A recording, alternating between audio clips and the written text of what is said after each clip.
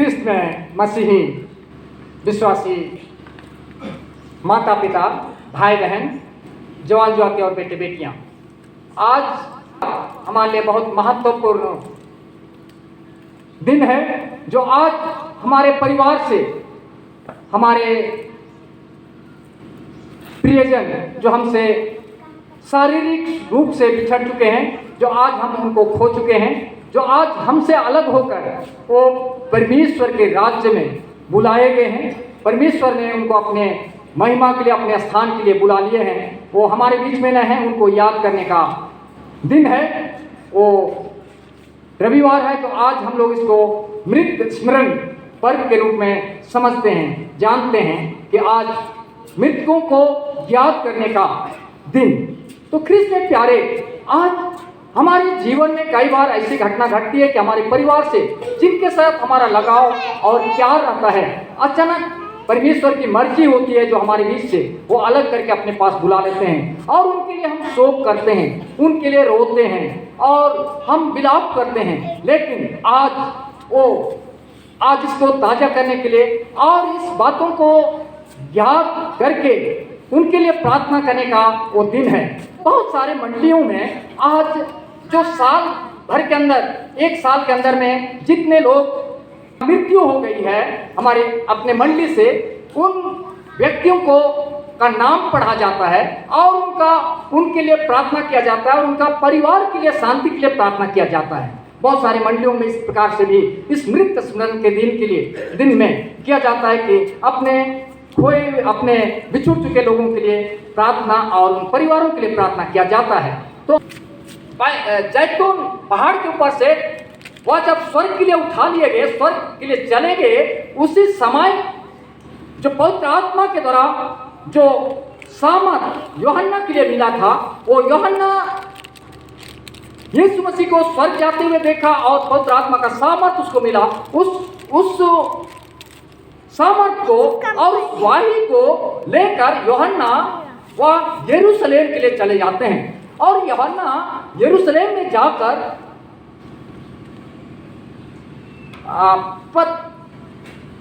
पतरस और यूहन्ना दोनों मिलकर उन यहूदी मसीहों का अगुवाई उस यरूशलेम में उनका लीडरशिप वो किया करते थे, उनको अगुवाई करते थे कि किस प्रकार से मसीह का राहों पर चलना है, किस प्रकार से उनका वचनों का फॉलो करना है, कैसे इस मसीह के ऊपर विश्वास करना है। इन सच्चाई के बारे में वो लोग अगुवाई किया करते थे। और जिस दिन उनको सामर्थ मिला, उसी दिन से जाकर उस यरूशलेम में वह एक लीडरशिप के रूप में अगुवाई करने लगा मसीहों का।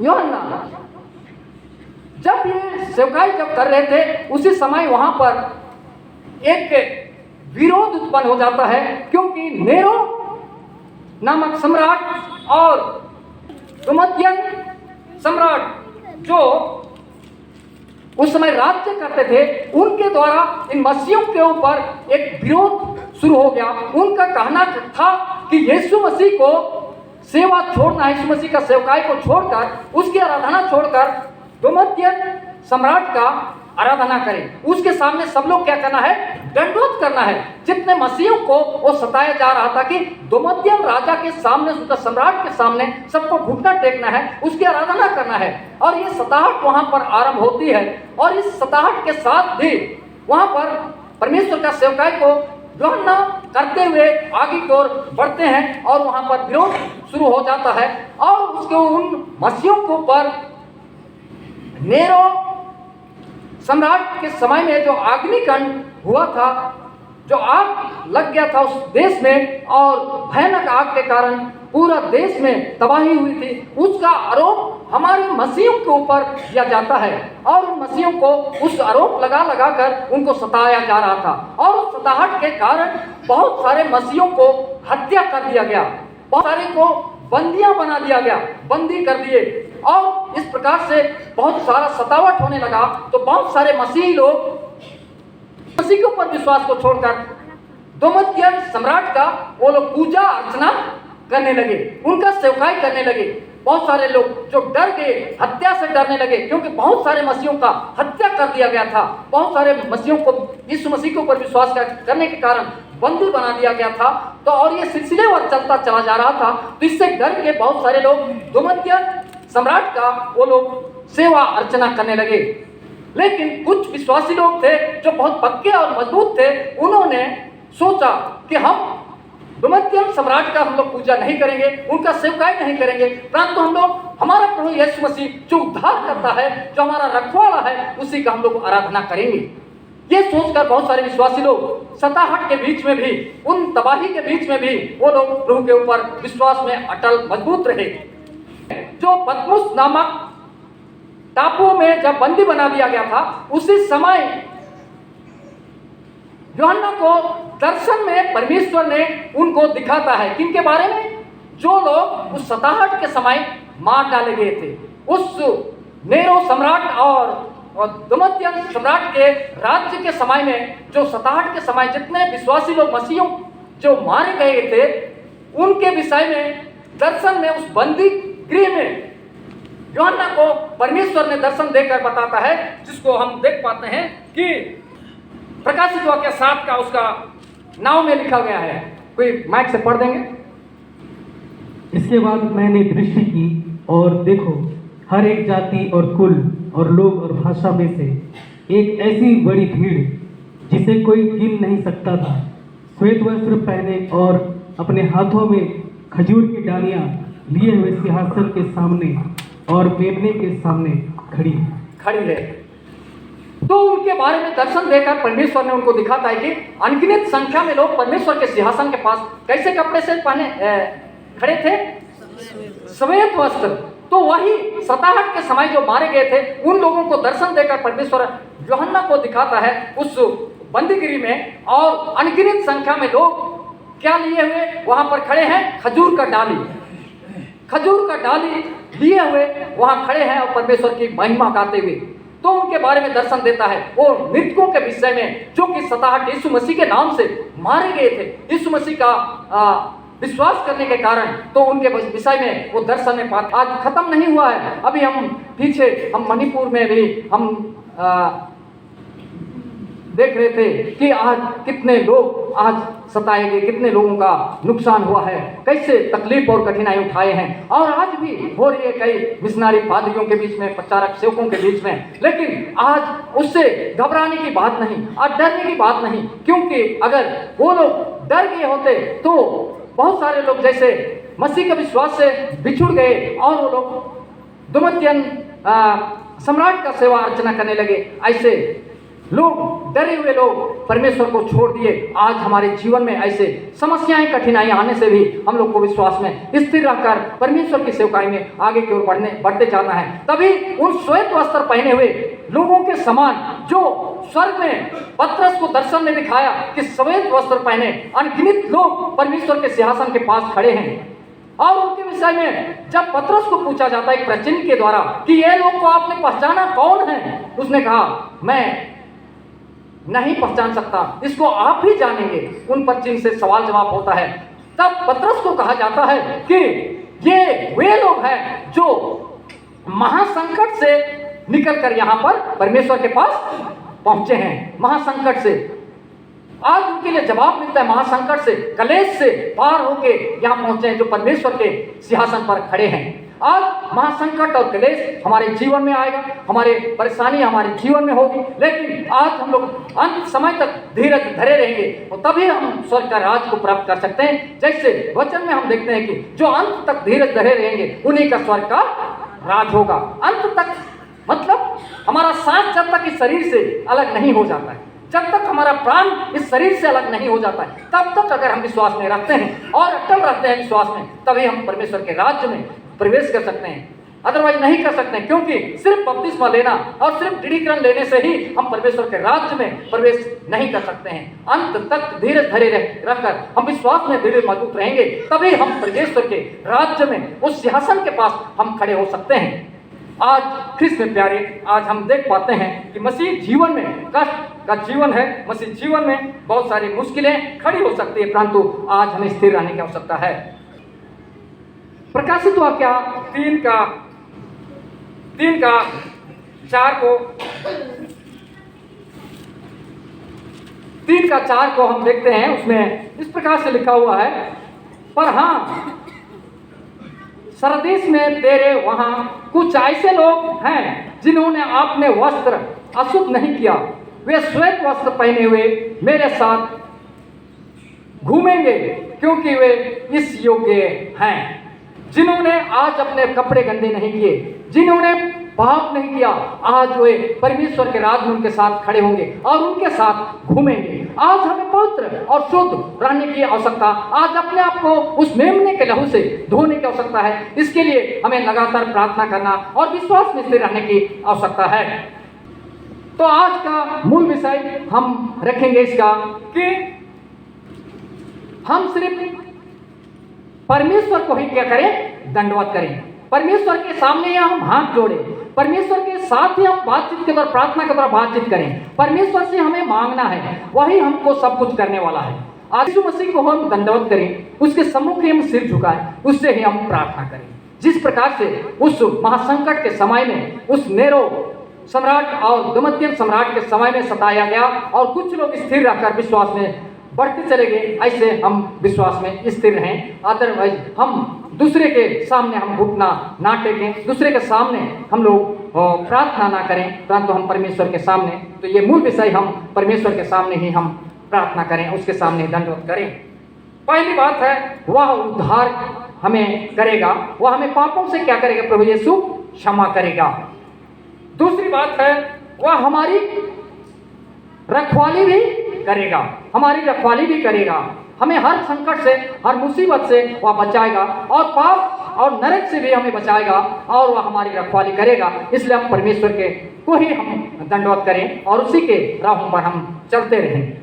आज वह हमें उद्धार देता है। वचन कहता है, शरीर को घात करने वाले से ना डरो, वरन आत्मा और शरीर दोनों को जो घात करने का सामर्थ्य रखते हैं, उससे हमें क्या करना है, डरना है। हमें अगर किसी ने मार देंगे, कुछ भी हो जाएगा, तो हमारा शरीर को ही वही मार सकते हैं, प्राण को मार देंगे क्या? नहीं, वो देख भी नहीं पाएंगे हमारा प्राण को।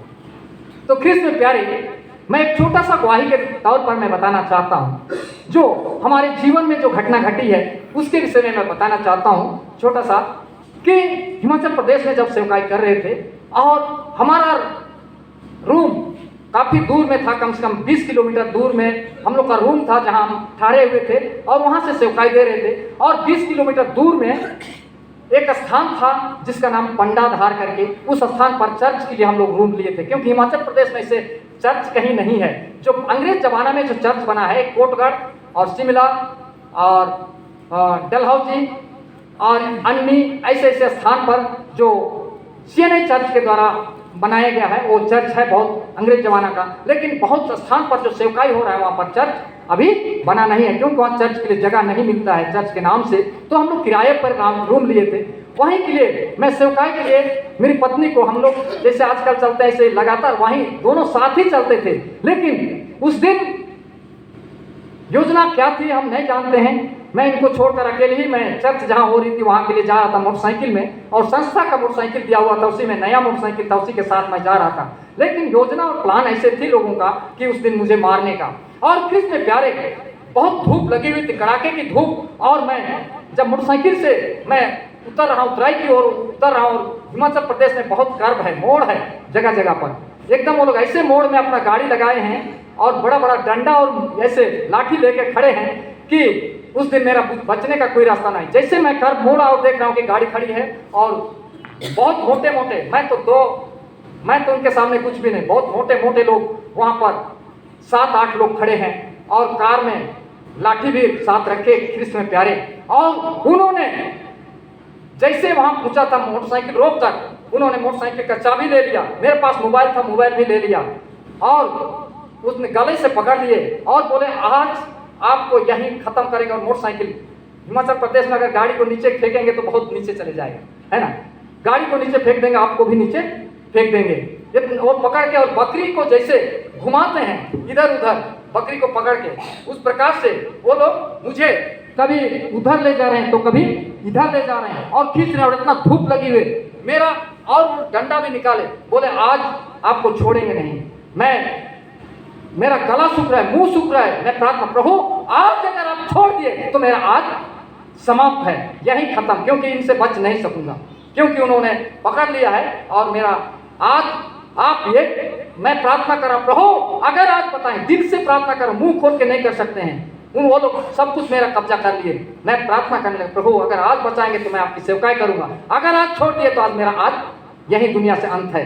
प्रार्थना करने लगा, प्रभु ने मेरी प्रार्थना सुना। कुछ देर के बाद एक व्यक्ति कर रहा है, जो उसमें से एक विधायक भी था जो हार गया था इलेक्शन में, वो विधायक भी था, उसने कहा ठीक है आज आपको छोड़ेंगे, लेकिन एक शर्त पर कि आप एक सप्ताह के अंदर अपना सारा गाड़ी का सामान गाड़ी में भर के अपना सामान अपना बाल बच्चा लेके अगर हिमाचल का बॉर्डर से बाहर चले जाएंगे तो आज हम छोड़ेंगे, लेकिन एक सप्ताह टाइम देते हैं, और इससे अधिक समय लेंगे तो आपको किडनैप करेंगे और मार देंगे, आपका बीवी बच्चा अनाथ हो जाएंगे। इतना उसने कहा ठीक है, मैं परमेश्वर ने अगुवाई किया ठीक बोलने के लिए, मैं बोला ठीक है मैं चले जाऊंगा, लेकिन परमेश्वर जानता है कि मेरे अंदर क्या था, मैं शहीद हो जाऊंगा कोई बात नहीं, लेकिन मैं छोड़ूंगा नहीं। मैं वहां हाँ तो बोला, लेकिन तुरंत मैं वो लोग जैसे छोड़ा था, मेरा गाड़ी को मोबाइल को दिया और समय दिया इतना दिन में भागना है, मैं तुरंत जाकर जो पुलिस स्टेशन है ब्लॉक है वहां मैं पहुंच गया, और जितने वहां लोकल जो पास्टर लोग पादरी लोग थे उनसे मैं संपर्क किया, उन्होंने तुरंत मेरी सहयोग के लिए आ गए और एक मीटिंग की, मीटिंग में उन्होंने सहयोग किया और एक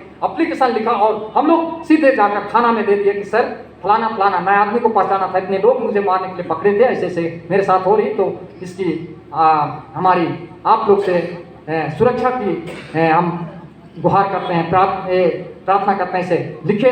और उन्होंने ऐसे टाइट कर दिया उनको कि उनको बुलाकर हमारे सामने राजीनामा नहीं कराया, लेकिन उनको बुलाया कि देखिए उन्होंने FIR किया है और एप्लीकेशन दिया है, अगर वो उनके साथ कुछ घटना घटनी तो आप लोग फंस जाएंगे।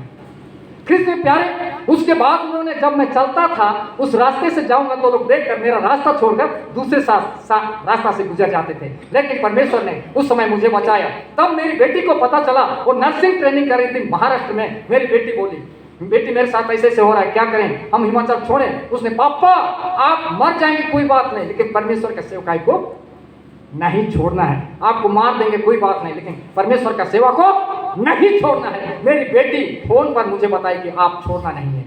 परमेश्वर का धन्यवाद हो, मेरी बेटी के लिए इतना अगुवाई किया और उससे मुझे हिम्मत हुआ कि मेरा बच्चा जब मरने के लिए आप परमेश्वर के लिए मर सकते हैं बोले तो मुझे छोड़ना नहीं है। वो हिमाचल में सेवकाई करता गया और वहां से सेवकाई को दूसरे के हाथ में देकर फिर आज झारखंड में आके आप लोग के बीच में सेवा। मेरा कहने का अर्थ क्या है, आज हमारे जीवन में मेरे साथ घटना घटी, आपके साथ भी हो सकता है, लेकिन हमें विश्वास में स्थिर रहना है, तभी हम परमेश्वर के राज्य के भागीदार हो सकते हैं। अगर उस दिन छोड़ा होता तो परमेश्वर मुझे छोड़ दिया होगा, बड़ा बड़ा लाठी और डंडा से मुझे पीट के मार डालते और मुझे गड्ढा में फेंक देते, मेरी पत्नी को भी पता नहीं चलता और ये एक्सीडेंट होके मर गया ऐसे बोलते थे। लेकिन परमेश्वर जैसे वचन में कहा था ऐसे वो छोड़ने वाला परमेश्वर नहीं है, आपको हम सब लोग को भी छोड़ने वाला नहीं है। तो इसीलिए हम लोग को परमेश्वर का भाई मानते हैं, उसके रास्ते पर चलते रहना है। तो आज हमारे लिए वही आज इस बात के सांत्वना को हम लोग अपने जीवन पर रखेंगे। आज मृत स्मरण पर्व का आज महत्व को समझेंगे। हमारे परिवार से जो बिछड़ गए हैं, हमारे माँ हो चाहे बाप हो, भाई हो चाहे बहन हो, जो आज बिछड़ गए हैं, हम लोग निराश उनके लिए ना हो, उनके लिए हताश ना हो, परंतु हम धन्यवाद दें कि परमेश्वर उनकी आंखों का आंसू पोंछ डालने के लिए अपने पास बुला लिए हैं, अनंत विश्राम के लिए ले गए हैं। वो मरे हुए नहीं हैं, हम विश्वास करते हैं कि वो एक दिन अंत के दिन मुर्दों में से क्या करेंगे, जी उठेंगे। आज परमेश्वर के लिए वो अपने आप को समर्पित करेंगे। आज यीशु मसीह का आने का दिन निकट आ गया है, आज पछतावा करो, यीशु मसीह का आने का समय निकट आ चुका है, ऐसे प्रचार कर रहे थे। कृष्ण प्यारे, आज हमारा झारखंड के लिए आशीष का कारण है, हमारे लिए आपके लिए आशीष का कारण है, जो आज भविष्यवाणी कर रहे हैं लोग, यीशु मसीह का आने का समय निकट है। आज हमारे लिए आपके लिए तैयारी का समय है, जैसे हम कपड़े तैयारी करते हैं कहीं प्रोग्राम में जाने के लिए, आज हमारा मन को तैयारी करने का समय है। जो आज मृत स्मरण के दिन, आज हम इस दुनिया से एक दिन प्यारे जाना है, कोई नहीं रहेंगे। कोई भी कितना भी बड़ा मंत्री हो, राजा हो और महाराजा हो, आज कोई भी इस दुनिया में नहीं रहेंगे, एक दिन जाना है। तो जाने का दिन के लिए हमें तैयारी करना है, क्योंकि हमारे पूर्वज आज चले गए हैं, हम भी एक दिन दुनिया से जाएंगे, तो उसकी तैयारी में हम लोग लग जाएंगे। प्रभु परमेश्वर, आज के मृत स्मरण दिन का जो वचन हमें आपको मुझे दिया गया है, उसमें परमेश्वर बहुत का आशीष दे, हमारे अंदर इस वचन को बसने दे। आमीन।